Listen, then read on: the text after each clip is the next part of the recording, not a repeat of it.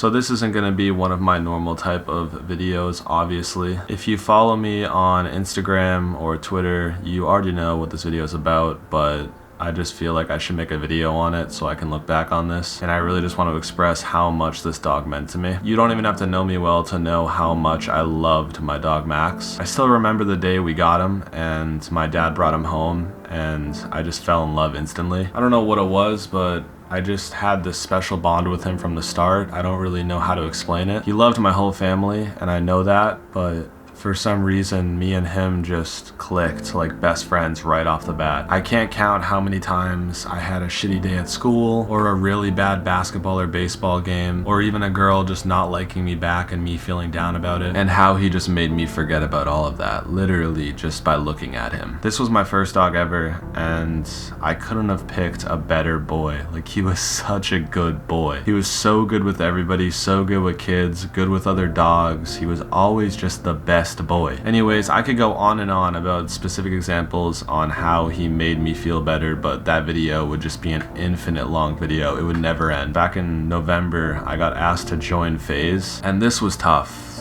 Not because I didn't want to join FaZe, but because they asked me to move out to LA. I'm from Boston, so LA and Boston are completely on two different ends of the country. And at this time, Max had just turned 14 years old. He had just gone through a surgery too, where there was a tumor in his throat that we had to remove. And this was really hard because putting a 14-year-old dog through a surgery isn't easy. I really didn't know if he was gonna make it through or not, and that was the first time ever I realized that like the day is eventually gonna come where he goes. It definitely took a toll on him. And after seeing him like that, I promised myself I would never put him through that again. Anyways, back to joining FaZe and moving out to LA. That was one of the toughest things I've had to do. I was so hyped at first when I found out that I was joining FaZe, but I suddenly realized that that would mean I'd have to leave Max. And I knew it would have been selfish of me if I attempted to try to take him on a plane across the country, especially at 14 years old, away from the rest of my family. It just wouldn't have been the right decision. And FaZe ended up taking me in and treating me like family right away. There was nothing wrong with like that part. I love those guys. They really did bring me in and treat me like family from the start. But every single day I had to realize that my dog was on the other end of the country.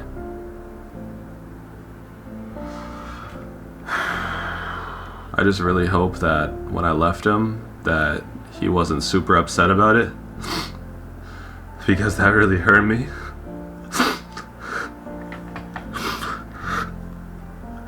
Because I didn't want to leave him, but I felt like I had to do it for myself.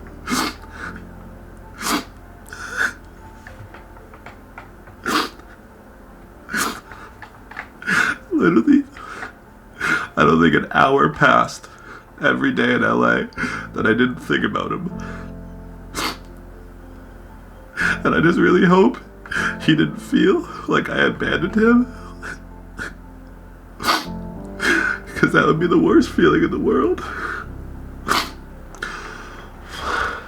So I made it my personal mission to go back home once a month at least and see Max and the rest of my family. It was really hard to try to explain to the FaZe guys too, like why I would be gone for so long. I didn't want them to think that I didn't like living there or any of them, and I almost felt guilty about that too, because like I was handed an opportunity like that a lot of people would obviously die for. Anyways, fast forward to just a couple days ago on my birthday. I was in the middle of recording a video in the gym with Blaziken, and I got a call from my mom, and I kind of just expected a happy birthday. I didn't really expect to hear that Max had grown another cancerous tumor, this time in his lungs, and his belly was swelling up, and his back leg was giving out on him. My heart completely sunk, and I knew I had to book a flight home that same night. When I got off the phone with my mom and I went back inside, I instantly broke down in front of everybody. Thank God I have the friends I do, because like dude, they care so much. I kind of just tried to escape the whole situation and go downstairs to my room, and I kind of ran into Tico on the stairs, and he stopped me, and it's weird because he knew instantly what it was. He literally said, "Is it your dog?" Me and Tico have had plenty of conversations just in the car going to get coffee or whatever it is, just one-on-one, just deep conversations about stuff that we really appreciate in life. Blaziken, Mito, Adapt, if you guys are watching this video too, I love you guys. They were right there to comfort me immediately, and that was tough, man. I know I'm not crying as much now because I've cried my whole eyes out for the past 2 days, and this shit still hurts, man. But I'm just trying to stay as strong as possible for my boy. So I booked a flight that same night right after I got off the phone with my mom, and I got to Boston the next morning. And the second that I saw Max back at home, he was sleeping under the dining room table. For some reason, he sleeps under the dining room table over sleeping on his comfy bed in the living room. I couldn't tell you why he does that, but he always chose that over his bed. The second he saw me, he tried to get up, and he was struggling. Like, for some reason, his back leg just was giving out on him. He couldn't lift himself up too easily. It really hit me hard because his whole belly was swelled up. He was so much bigger than normal, and he was just so happy to see me. While he's dealing with all this bullshit, all he wanted to do was just get up, but he couldn't. And he eventually did, but it took way too long. And when he finally did, he just came over to me and just kissed me, like just licked me beyond belief. And it's still crazy to me that he's dealing with so much at that time, and he still finds the willpower to get up and greet me. When my parents went to bed, he came into my room like he normally does, but he was panting really heavily, and he just licked me, but it was weird. It was like a desperate lick. I've never seen him lick me like this before. Like, there was something different about it, as if he was trying to say, like, help me. Like, I know that sounds weird, but trust me, like, it was different. I tried everything I could for him that night, man. I tried putting him up on my bed like he usually sleeps with me, and he didn't want to stay up there for longer than a minute. I tried giving him water, I tried giving him food, but that didn't work. He did eat and drink a little, but it only distracted him for like a minute. I tried taking him out multiple times to see if he needed to go to the bathroom, and he did, but he just wanted right back in immediately. I just felt completely hopeless because he just went back to his panting and licking me desperately for 2 hours straight, like I said, and it was like the most painful thing to watch, because I just came to the conclusion that he was in pain or serious discomfort, and it basically made me break down by his side. I was just sitting there crying next to him for maybe 30 minutes while he just kept licking me and panting. When we woke up the next morning, we decided that it would be best to call in the vet and do it that day. It sucks because I wish he could talk to me. I wish he could tell me that, you know, he was in pain or not in pain. You know, it's literally the worst feeling in the world, not knowing if your dog is suffering or not. When we got to the vet, he was inside with us in this little room and just panting and clearly nervous about something. When the vet came in to do the procedure, she put a blanket on the ground and gave him the stuff that makes him really tired. And when he laid down, I got down on the ground with him so I could look him straight in the face, right in the eyes, because I really wanted this dog to know that I loved the absolute shit out of him. I just really hope that that last moment that he was looking in my eyes, that he knows how much I loved him. I just wanted him to stop suffering. Like, I really, really wanted him to stop hurting. And it was hurting me that he was hurting, and I just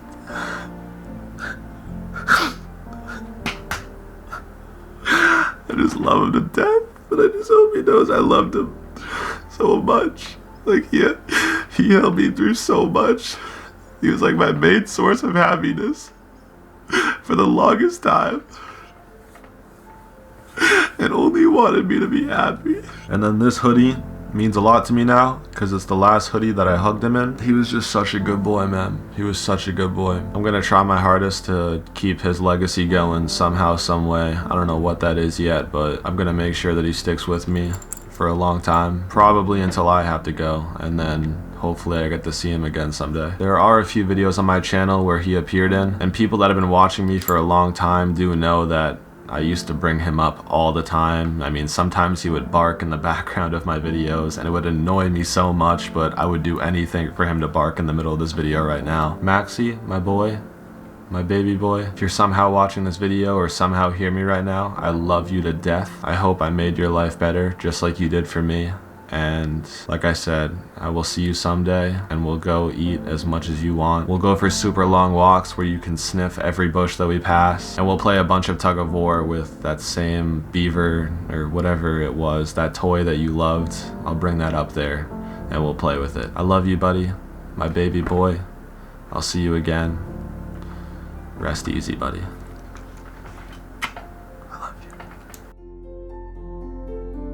Would you look who it is? Hi, buddy. I missed you so much, buddy. This is my boy. If you guys don't know him, his name's Max. I basically grew up with this dog and I love him to death. And when I got the opportunity to move to LA, I couldn't really say no to it. And I knew the hardest part would be leaving him because I'm all the way over in Boston, which is completely across the country, by the way. So it's not the easiest thing to do, leaving him every single time, but I try to come back here as often as I can.